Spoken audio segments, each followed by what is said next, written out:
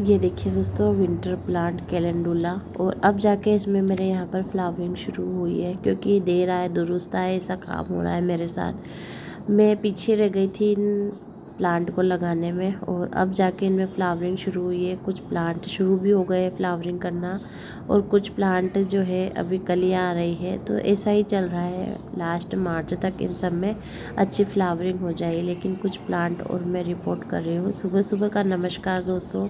सुबह के 7 बज चुके हैं। सुबह 7 तो नहीं बजे होंगे, 6:30 बजे होंगे, 6:30 पौने 7, क्योंकि अब सूर्योदय थोड़ा जल्दी होने लग गया है।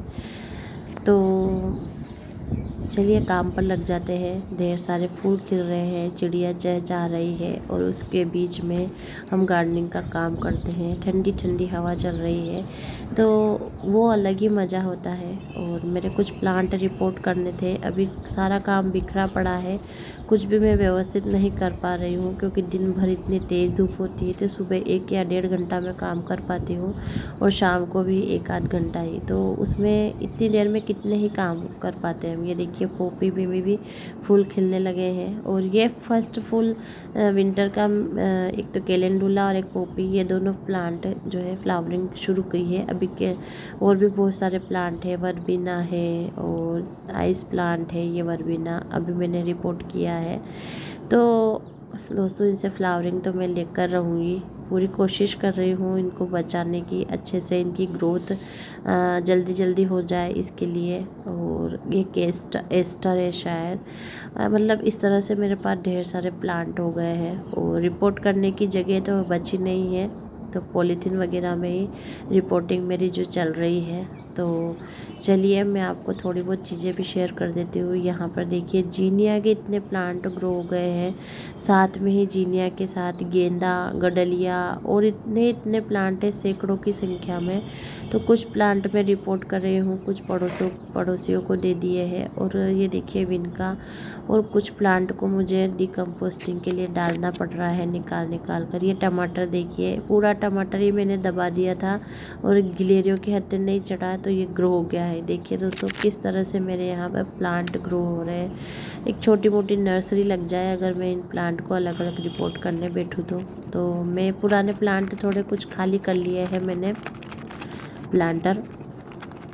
मिट्टी आप देख सकते हैं कितनी अच्छी है, फटाफट से बाहर आ गई है, मतलब एकदम लाइट वेट मिट्टी है। जीनिया के जो प्लांट में रिपोर्ट कर रही हूँ, तो मैंने थोड़ा सा हल्की सी मिट्टी को गीला कर लिया है, जिससे कि प्लांट निकालने में आसानी हो।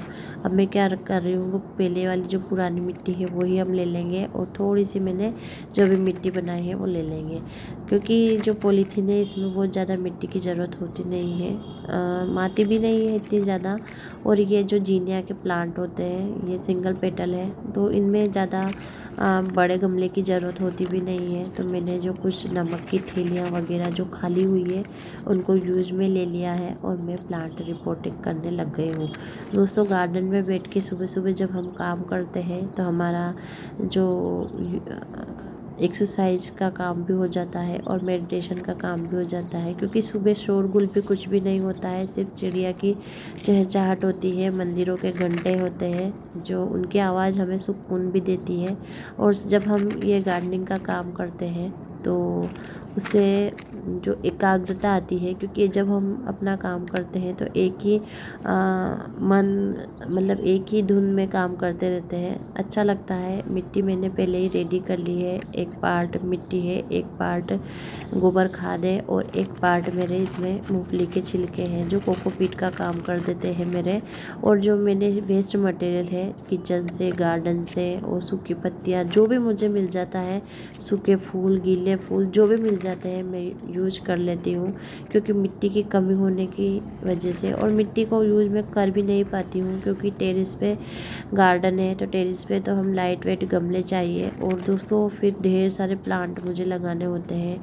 तो इस तरह से मैं अपनी गार्डनिंग करती हूँ। ये देखिए दोस्तों, सपोर्टर के रूप में मैंने जो कंडे के टुकड़े मेरे पास रखे थे वो रख दिए हैं, धीरे धीरे गल के ये हमारे खाद का काम भी कर देंगे। और इन प्लांट को बहुत बड़े कंटेनर की ज़रूरत भी नहीं होती है, जो जिनमें बड़े कंटेनर की ज़रूरत होती है जैसे गेंदा वगैरह थोड़े फैलते हैं ये, और इनमें हेवी प्रूफिंग भी होती है, तो मैं थोड़ा सा बड़ी पॉलीथीन ले लेते हैं, इनका भी मन रख लेते हैं।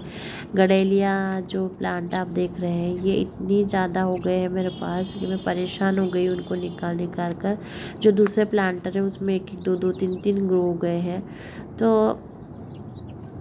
जब आप कुछ काम कर की शुरुआत करते हैं तो थोड़ी सी परेशानियां तो आती है, लेकिन दोस्तों बाद में इतनी ज़्यादा हेल्प मिल जाती है इन सब चीज़ों से, और वही मेरे साथ हो रहा है। तो दोस्तों अगर आप चाहते हैं कि गार्डनिंग, तो थोड़ी सी मेहनत कर लीजिए और फिर आप देखिए आपके पास ढेर सारे प्लांट होंगे और उसके साथ ही ढेर सारे फूल भी आपको मिलेंगे। अगर बंदर वगैरह की परेशानी नहीं है तो आप इन छोटे छोटे कंटेनर में सब्जियाँ भी लगा सकते हैं, पॉलीथीन में टमाटर वगैरह, मिर्च वगैरह इनको भी लगा सकते हैं और अपना शौक़ पूरा कर सकते हैं। तो दोस्तों मैं इसी तरह गार्डनिंग करती हूँ और मैं अपना शौक़ पूरा करती हूँ। इससे मेरे जो है एक्सरसाइज भी अच्छी हो जाती है और उसके साथ ही दिन भर हमारा बहुत अच्छे से निकलता है जब हम गार्डन में आके इन खिलते हुए फूलों को देखते हैं। चिड़िया जो चहचहाती है, मोर बोलते हैं, नाचते हैं, मतलब जब पेड़ पौधे लगाते हैं तो उसके आसपास का माहौल अपने आप ही बहुत ही अच्छा हो जाता है। हनी बी आती है, तितलियाँ आती हैं, बहुत सुंदर सुंदर, मैंने कभी देखी भी नहीं थी, लेकिन मुझे बहुत ही अच्छा लग रहा है, खुशी मिलती है कि मेरे इस छोटे से सहयोग से मेरे यहाँ पर इतने सारे पशु पक्षी और आने लगे हैं। तो दोस्तों कुछ प्लांट ज़रूर लगाइए। गर्मियाँ आ गई है तो चिड़िया के पानी वगैरह ज़रूर रखिएगा और साथ में ही इस तरह छोटे छोटे पौधे लगाकर जो है अपने घर को सजाइएगा ज़रूर। वेस्ट मटेरियल में बहुत अच्छे से सारे प्लांट चल जाते हैं। और ये देखिए किस तरह से छोटे छोटे पॉलीथीन में भी हेवी ब्लूमिंग हो रही है। तो दोस्तों मेरी वीडियो कैसी लगी? मैंने सिर्फ आज आपके साथ बातें करने के लिए ही वीडियो बनाई है, क्योंकि टॉपिक मिल भी नहीं रहा था और हर टॉपिक पे जो है वीडियो बना पाना मुश्किल हो जाता है। तो धन्यवाद दोस्तों, कमेंट ज़रूर करिएगा।